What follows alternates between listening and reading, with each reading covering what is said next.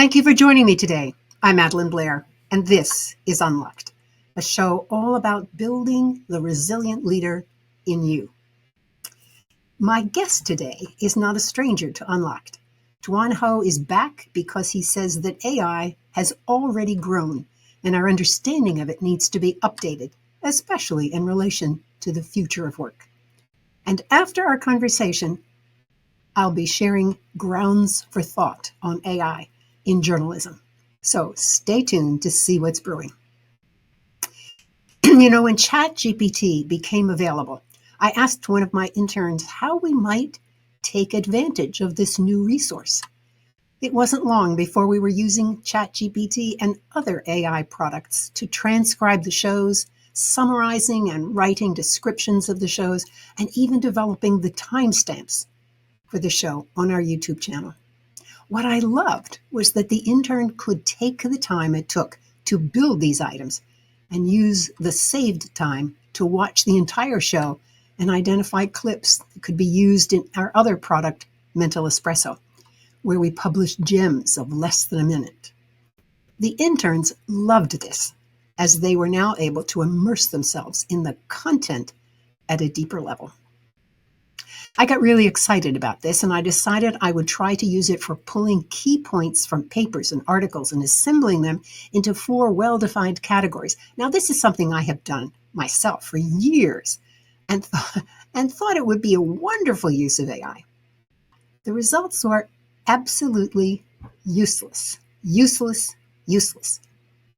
That was when I began to understand that writing prompts was something very specific. We may touch on this a bit later in the show.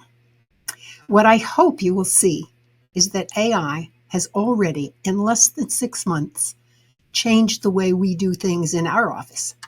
It also shows me that consolidating lots of information can be encapsulated, permitting more time to actually reflect on the meaning of the information, a somewhat higher level of activity and much more fun to do. But as Isaac Dennison would say, I'm getting ahead of my story.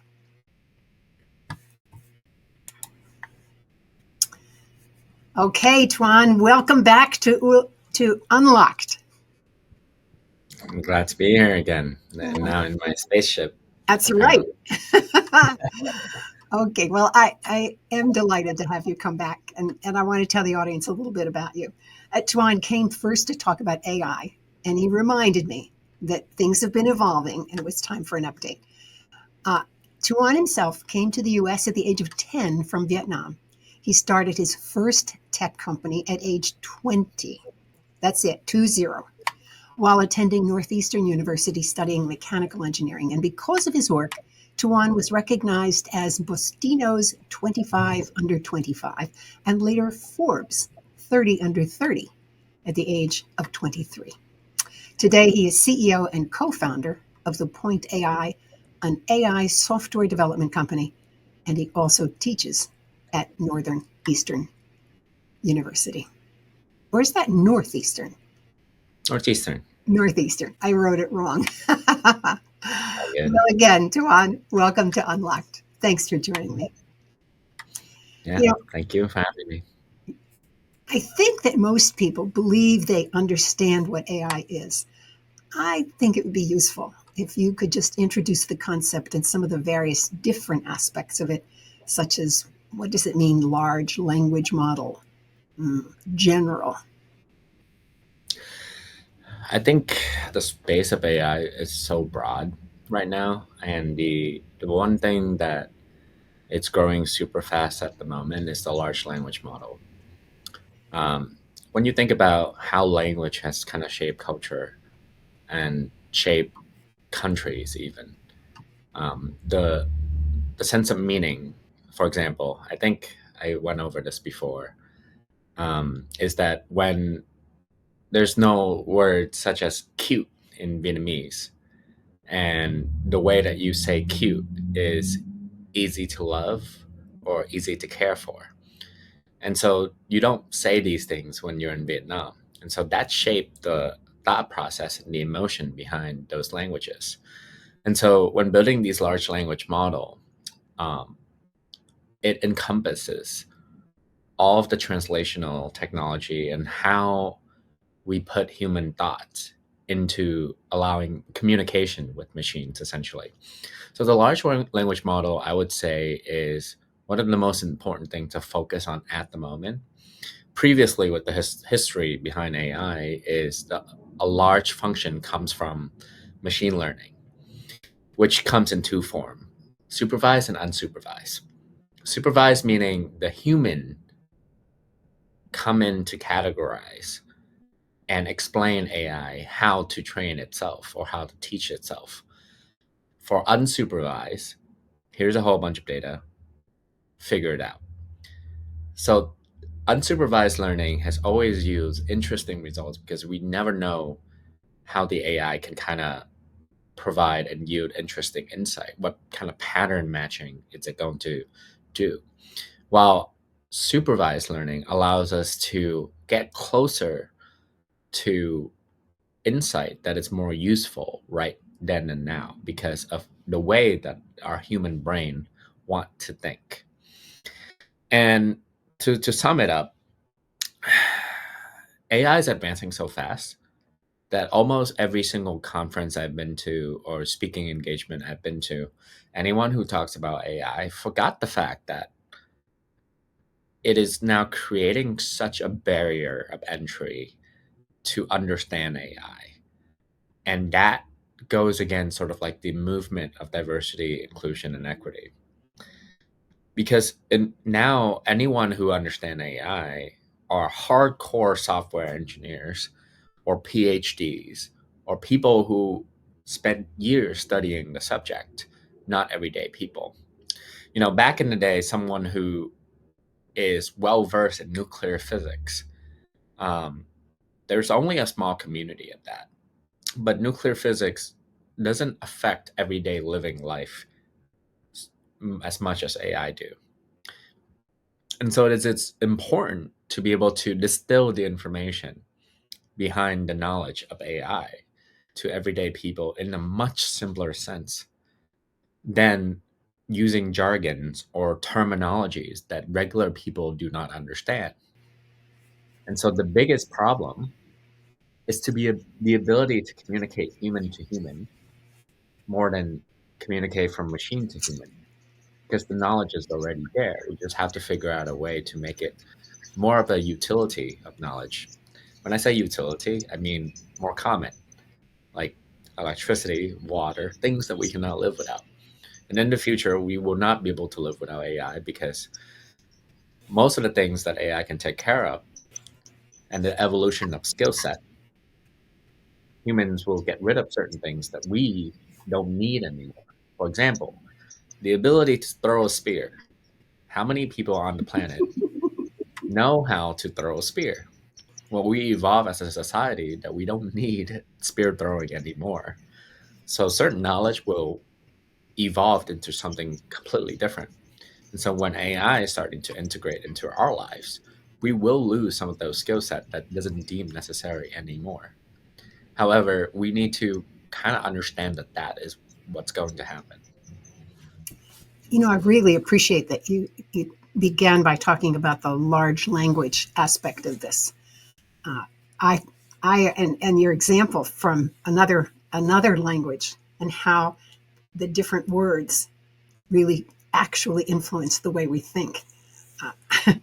For me, one of the big bugaboos about the English language, although it is one of the largest languages in terms of numbers of words, is that it has very few words for love.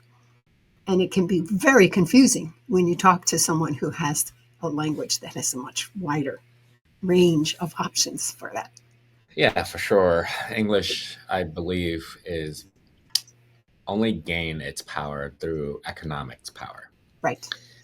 It's not necessarily the best and efficient language to accurately describe how, for the most part, emotions, which is interesting when you think about it in terms of like initially we believe that the one thing that differs between humans and machines are our emotion.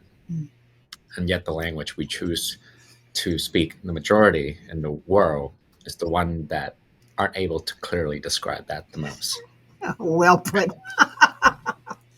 Well, one of the ways we can begin to get a sense, at least for myself, speaking for myself, to get a real handle on what this AI is how it's used. So I wonder if you talk about a little bit about how you see it being used and how it might be used as we move into the future.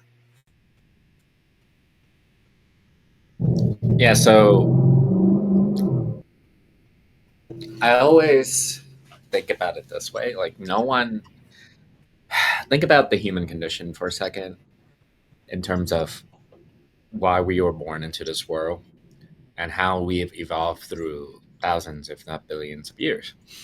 And so, no one's born into the world, wake up the very next morning and be really excited and purposeful to work on a spreadsheet, right?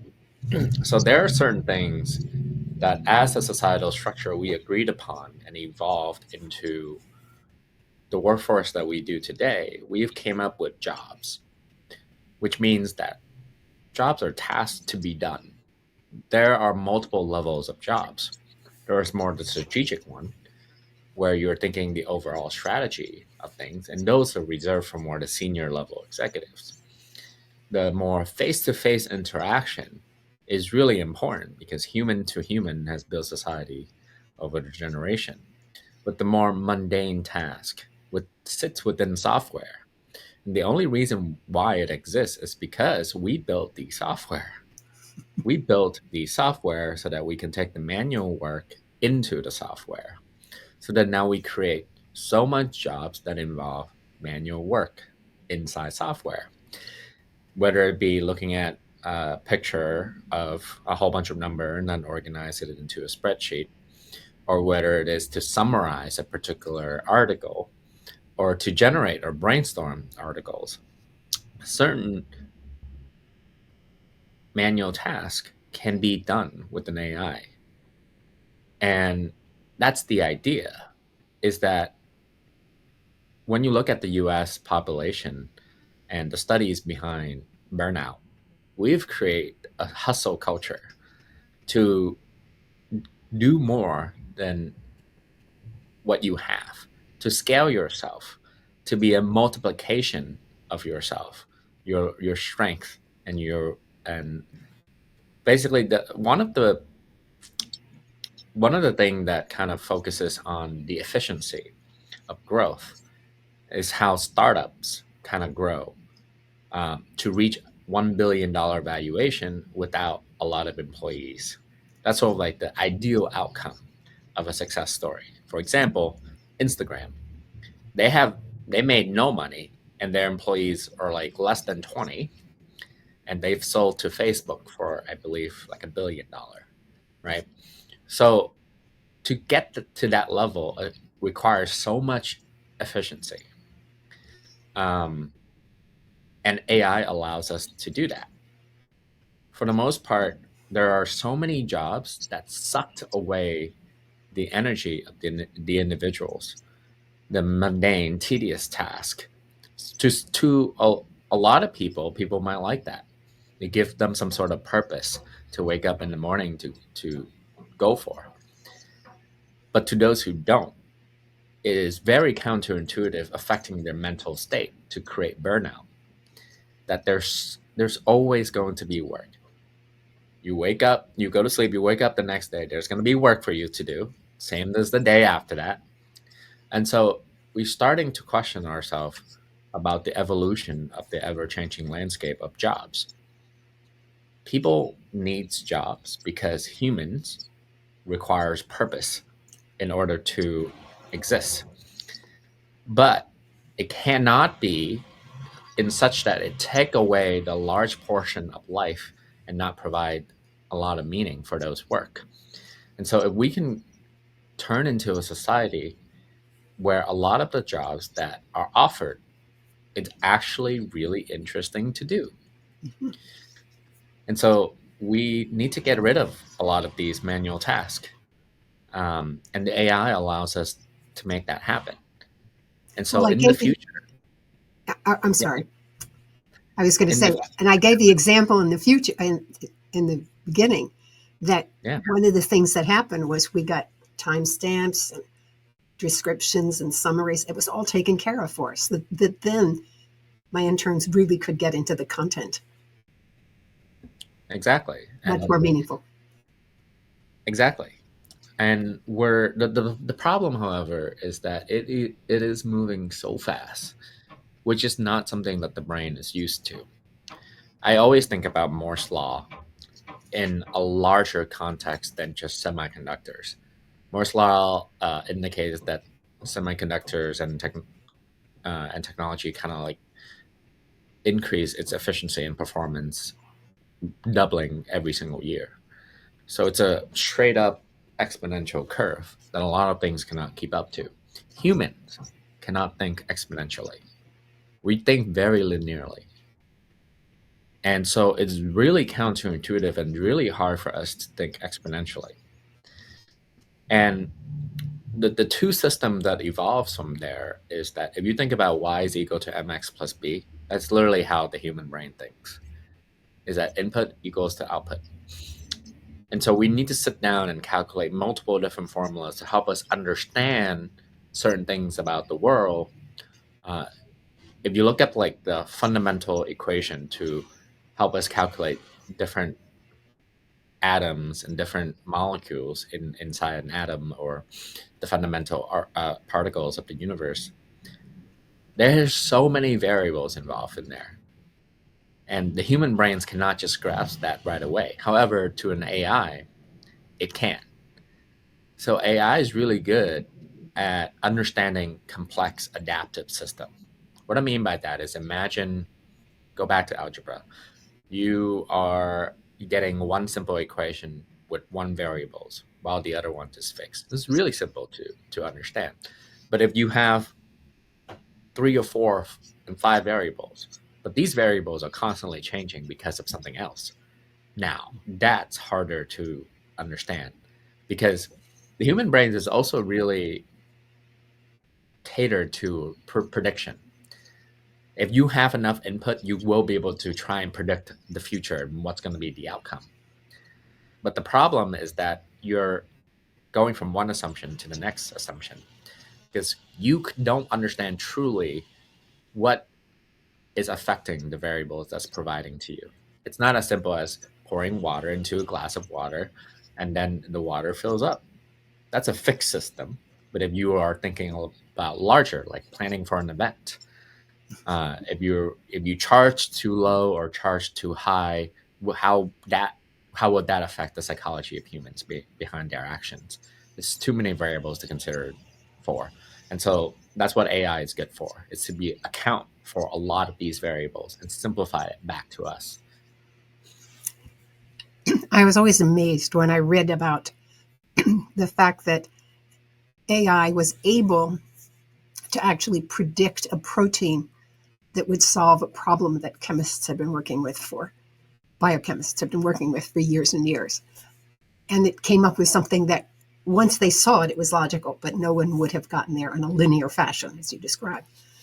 The, the other question that comes to my mind is if we are making everything this so efficient, all right, I'm always into efficiency, but I'm also interested in using the human element effectively. And one of the things that compensates for our inability to handle that vast amount is time.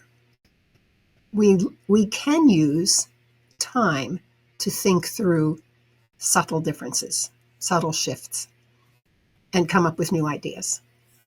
But our economic system, as you say, it's been built on speed, speed, speed.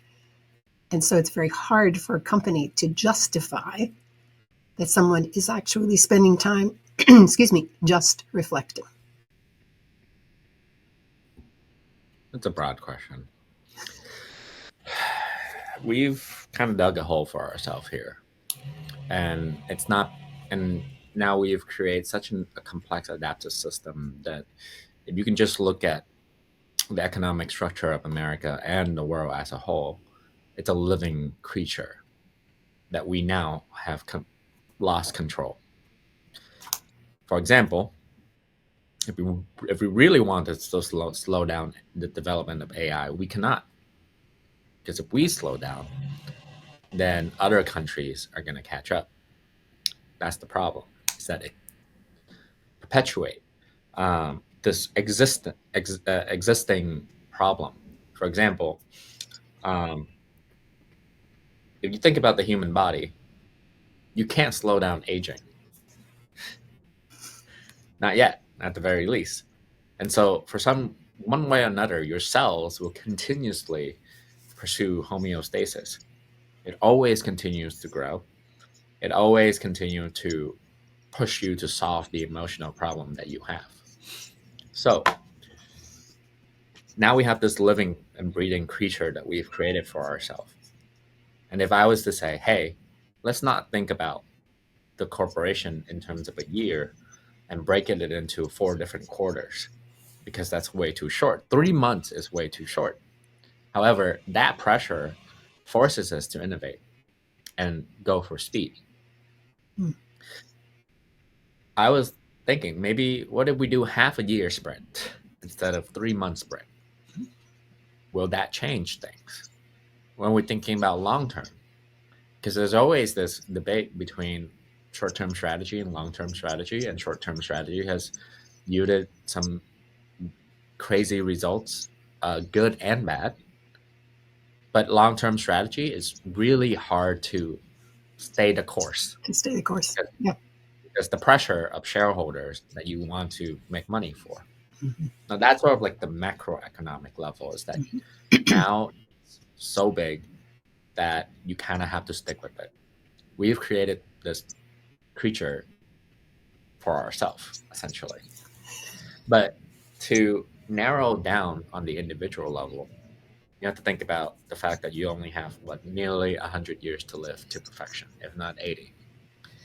So the time is sacred to you. Mm. Even when AI provides so much efficiency in work and everyday life, I argue that the things that we want that provides us the most happiness doesn't come from efficiency. It comes from the inefficiency of having to talk to people, of going to exercise, spending time and activities with one another.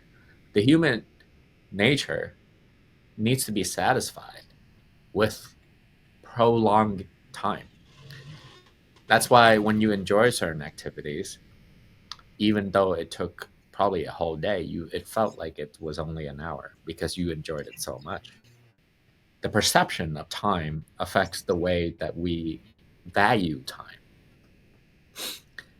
If you're doing something super difficult, like a strenuous exercise for under 5 minutes, it would have felt like 30 minutes to an hour because we don't like it.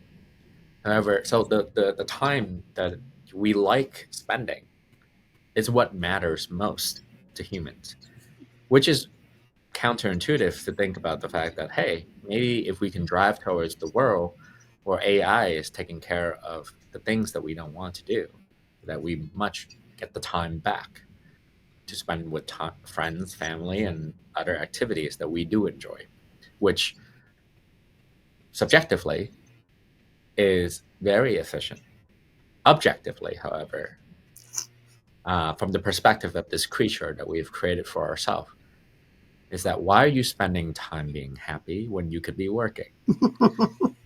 So, objectively, from this creature's perspective, is really inefficient, right?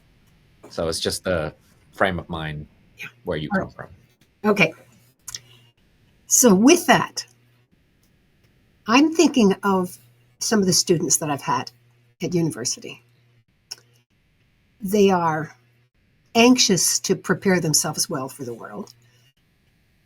How how important is it to learn about AI, or is it really more important to be learning other things to prepare yourself to live in an AI world?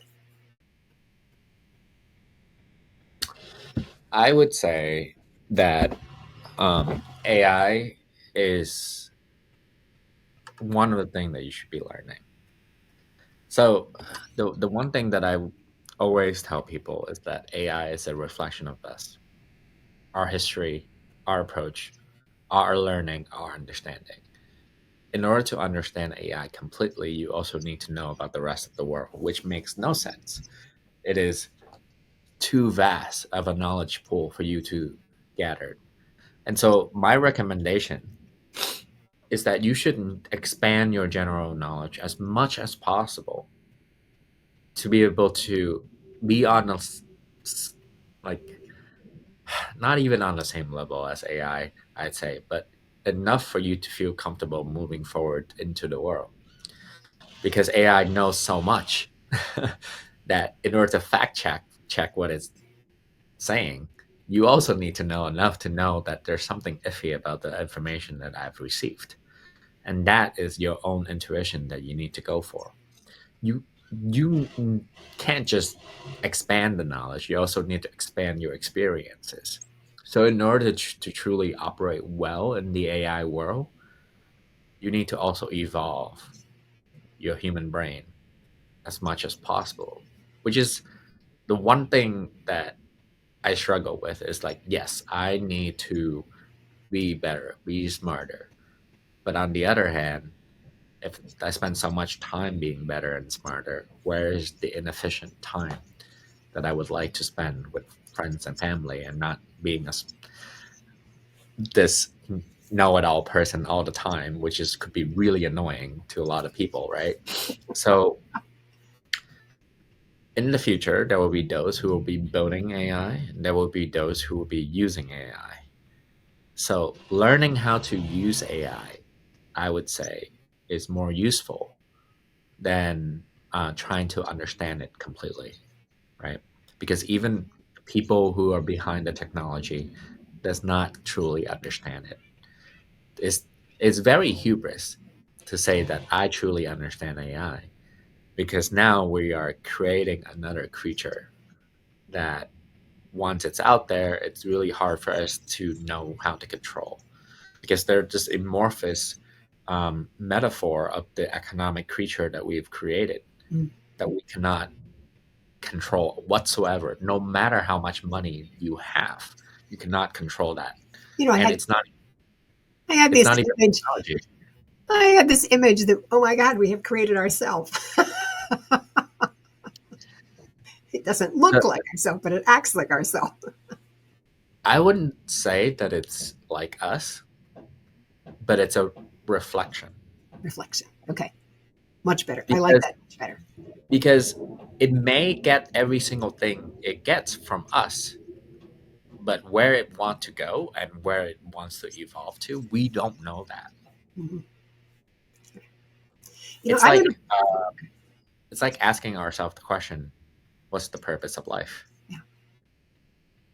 We have been trying to figure that out for a long time, and now we've created the creature, and then once it questions its own existence in the realm of AI, we never know where it's going to take, because its experimentation and thought process and perspective um, can be wildly different from the perspective that the human brain is even capable of. Yeah. What I particularly liked, though, about what you said for the student was to broaden their knowledge, to to look wide, to broaden their experiences. And you also said you talked about allowing the brain to evolve, and I translate that in my mind to being open to learning. And all of those things that you just described are what I would call great for helping people be better learners.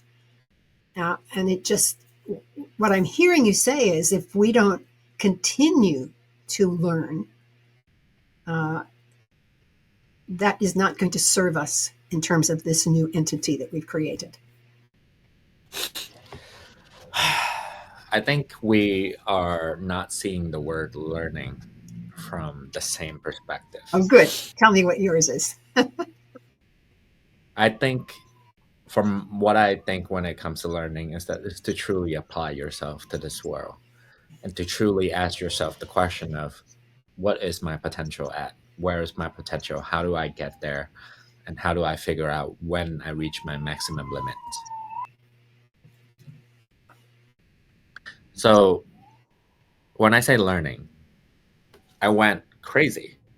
I read 250 books in 6 months, and I started my company when I was 20.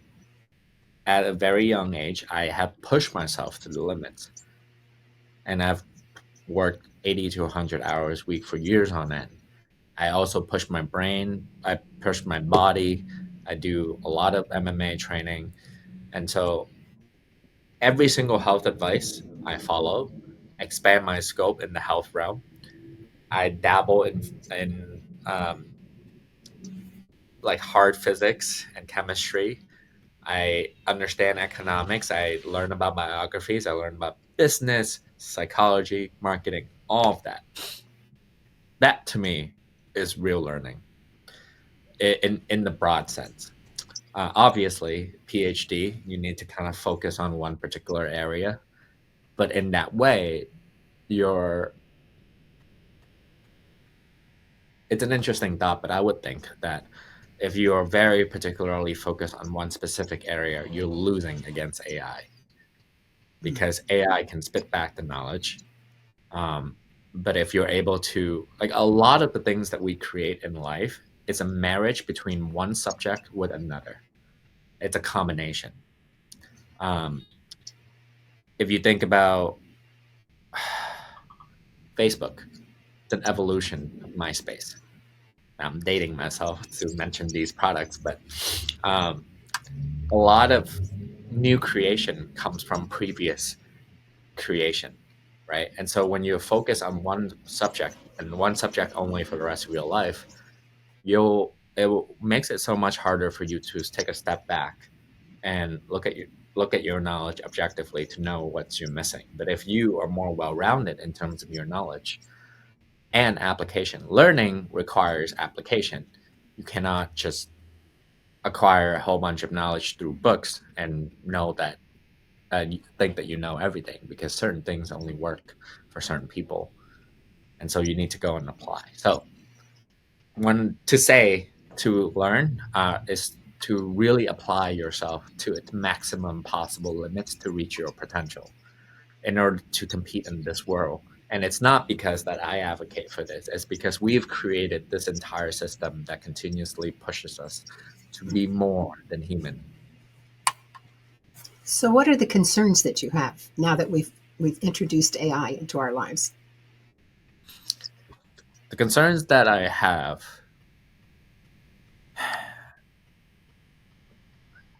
is that we're not ready to live at this level of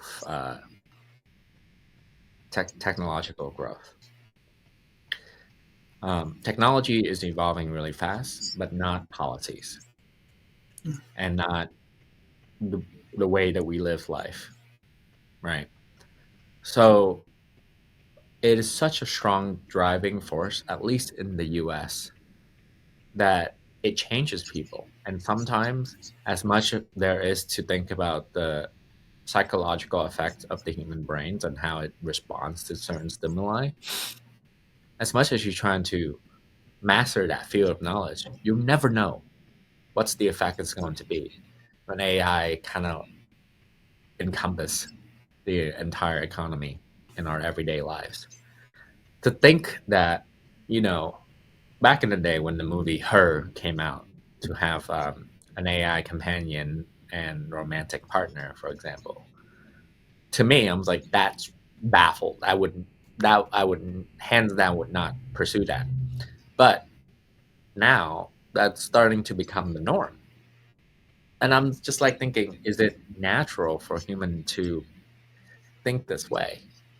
And is it right? Or is it an adaptation to survive? Right?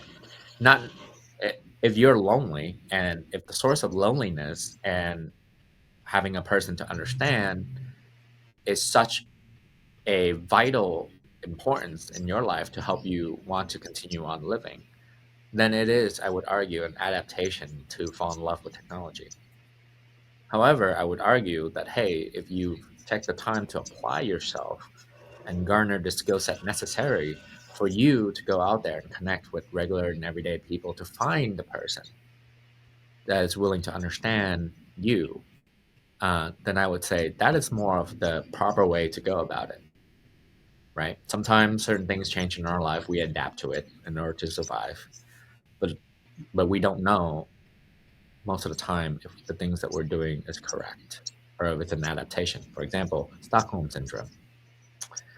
It's a survival mechanism to fall in love with the captor, but it's not necessarily the right things to do. But the brain has forced yourself to adapt.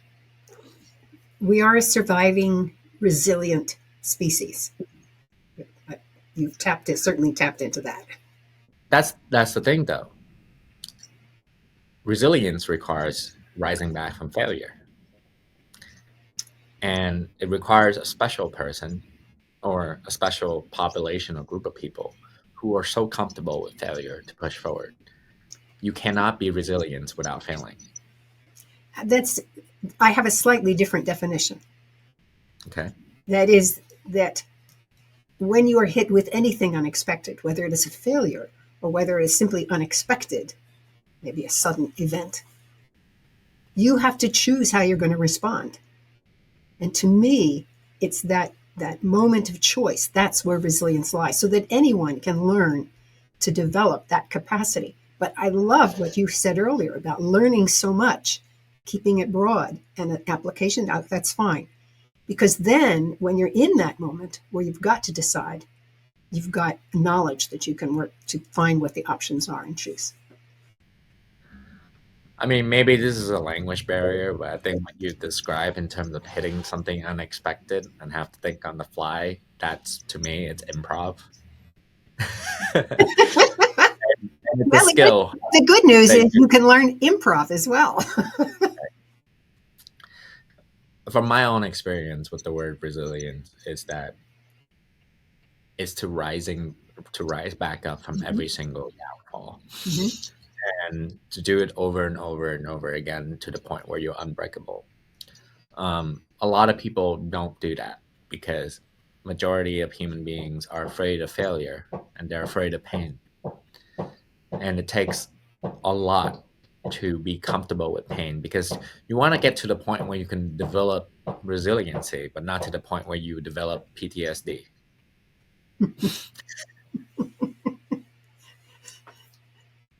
I love the way you think. You always take a path slightly different. Yep. I'm improving, am I right? Yeah, right. I got it. Okay, let's get more practical about AI. What career streams or industries do you see being impacted first, mostly? What's your thoughts on that? Most entry level jobs are being impacted the most, which create a crazy dilemma. Because we have, for the past 20 years, the college education and even just the education system in the US as a whole has pushed ourselves in a particular direction where, hey, once you get out of college, you take an entry level job and you work your way up. And then there's this issues of you need years of experience in order to get an entry level job, which is like crazy back in the day. But then now, if AI is able to take away all these entry level jobs, where is the entry for people to get jobs? It becomes much harder. So that now the safer jobs are more junior and senior.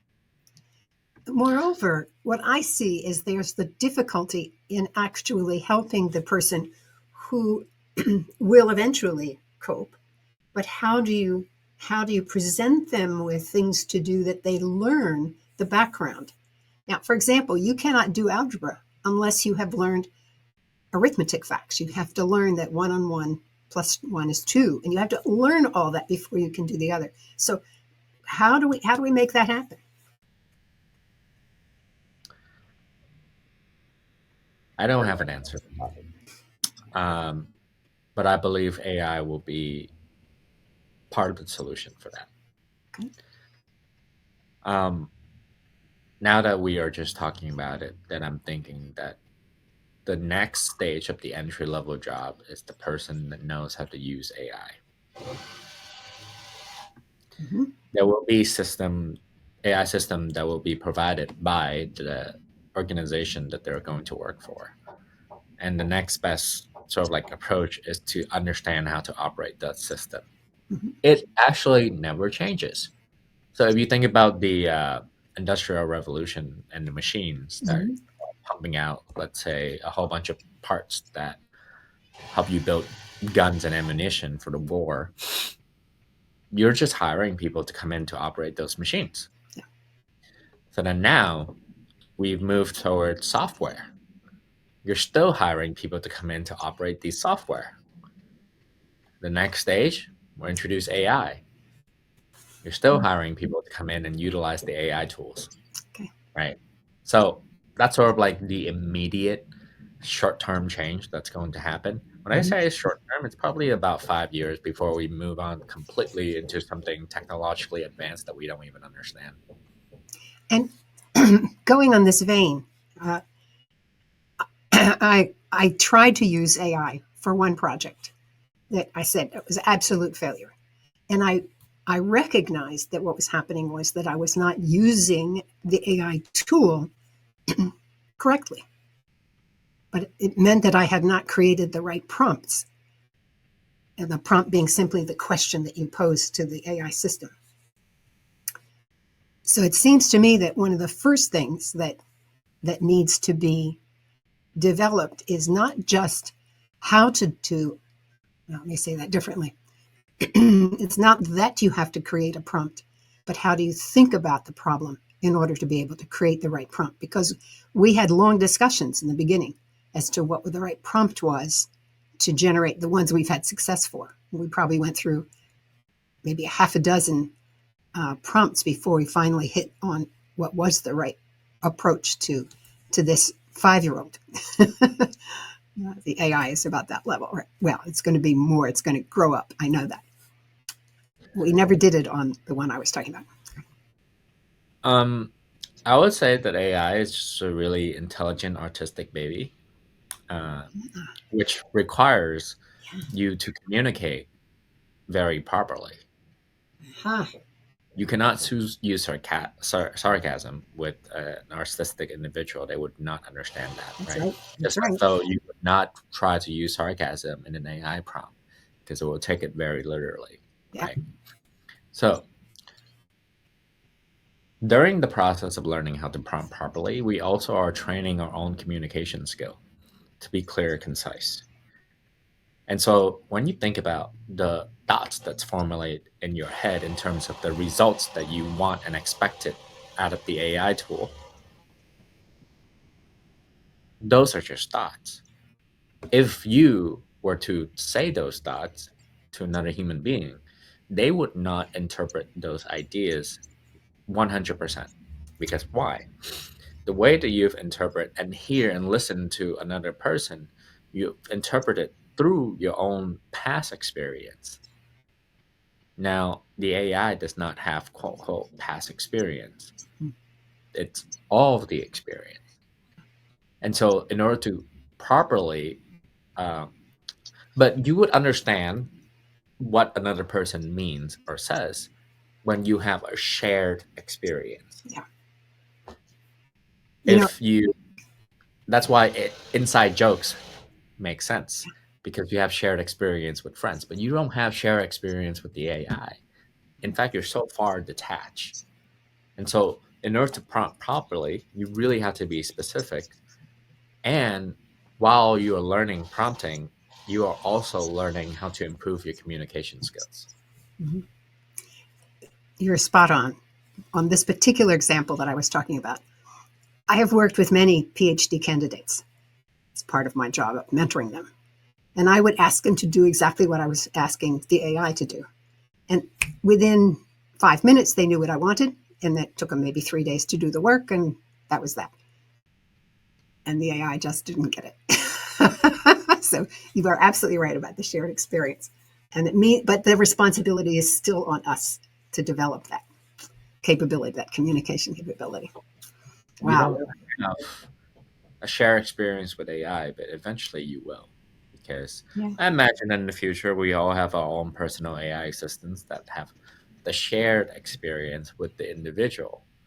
And so therefore, this prompting will become easier Yeah.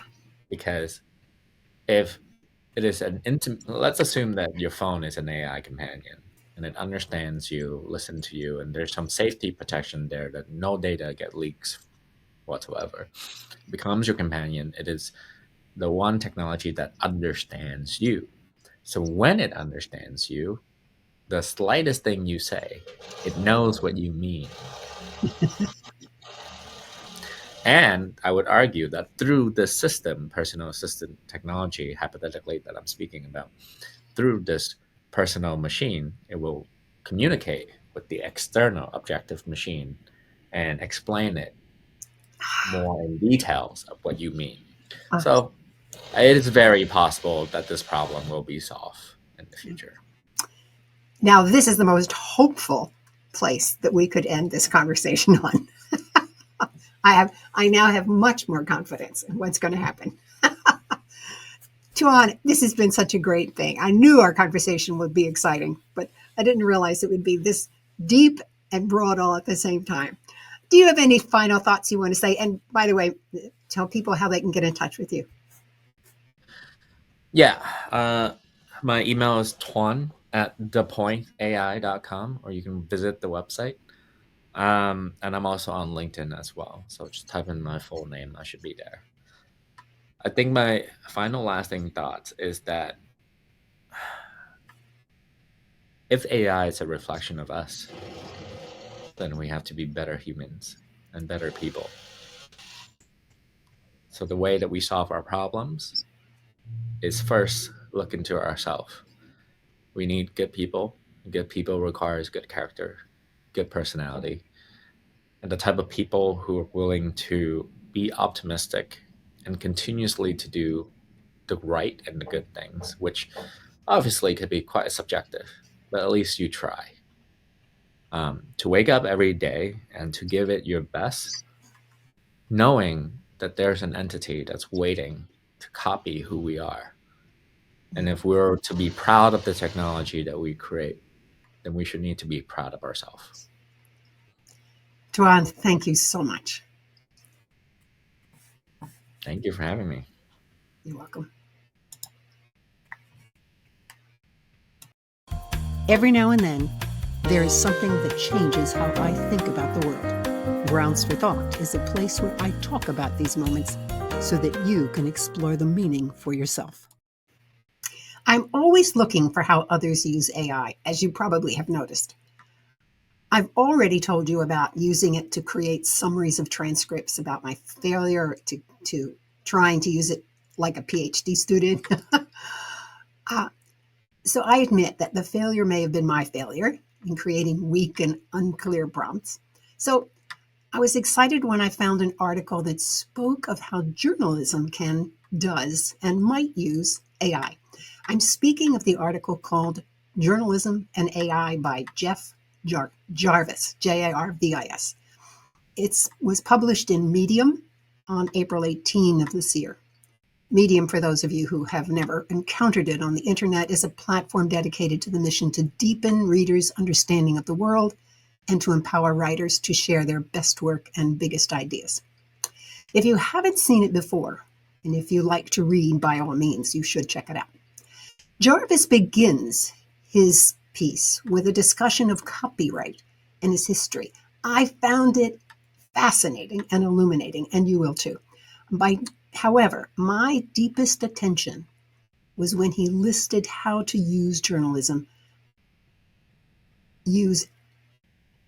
AI in journalism, and what he called intriguing possibilities.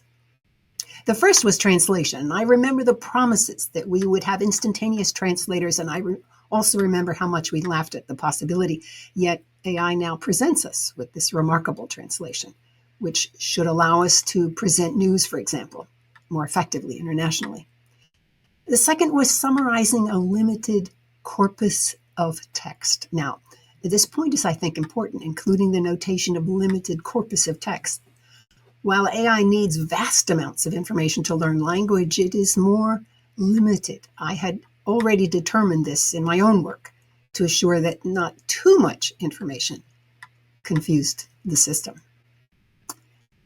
The third was to extend literacy. Now, I always think of literacy as being able to read, and yet, obviously, the author was talking about writing, and one of the great things of using AI is that you can explore different styles. You can explore, even do wordplay, and you can overcome writer's block, because sometimes AI simply will organize the ideas and thoughts in a different way, and it sparks ideas for yourself. And in academia is another area. I mentioned wordplay, working with styles. There are real benefits to this. I decided that I'm going to try using AI to do Wordle in the morning. Okay, back to academia. Learning often best occurs with examples, and AI can be one of the best at producing examples and options from which to learn. Another use he had was finding biases and cliches, a real benefit and a real threat. I remember writing a piece for a newsletter and working hard to make certain that I did not use the usual cliches, only to find that the editor changed my careful writing into a common cliche. Needless to say, I never wrote for them again. Okay, and the last one that he mentions is reader dialogue. Now, I found this one to be really interesting. And what he meant was that the publisher would allow readers to pose questions and make comments by querying the article via an AI interface. And by the way, Mr. Jarvis, if I've misunderstood, please let me know. But I hope I have understood it, because I think it's a dynamite way to help people not just read what you have written, but to really query it and think about it more deeply. The author then, by the way, talks about risks. I recommend it highly, but I won't talk about it today. For me, my focus and delight was in seeing how broadly he saw AI being used. I can see that every one of his ideas stimulates thinking in me on how I might use it in my own work. I already use translation services. I even figured out for myself to limit the corpus of text, helping me organize my projects. But I'm excited about what I might think up that would help me gain an increased dialogue with the users of my work by using AI. This was certainly grounds for thought. How do you see using AI in your work? What new ideas have you seen here from Jarvis's work? Think about it. Journalism and AI by Jeff Jarvis from Medium of April 18, 2024. I want to thank you for joining me today. I hope you have enjoyed the conversation and learned something new. If you would like to explore what it means to turbocharge the resilient leader in you, go to my website, madelynblair.com, and schedule a conversation. And if you're on YouTube, click the like button. And if you haven't done so already, subscribe, because it turns out those clicks actually help the AI who monitors your YouTube usage to better direct others to the right content. So help others as well as yourself by clicking the like button and subscribing.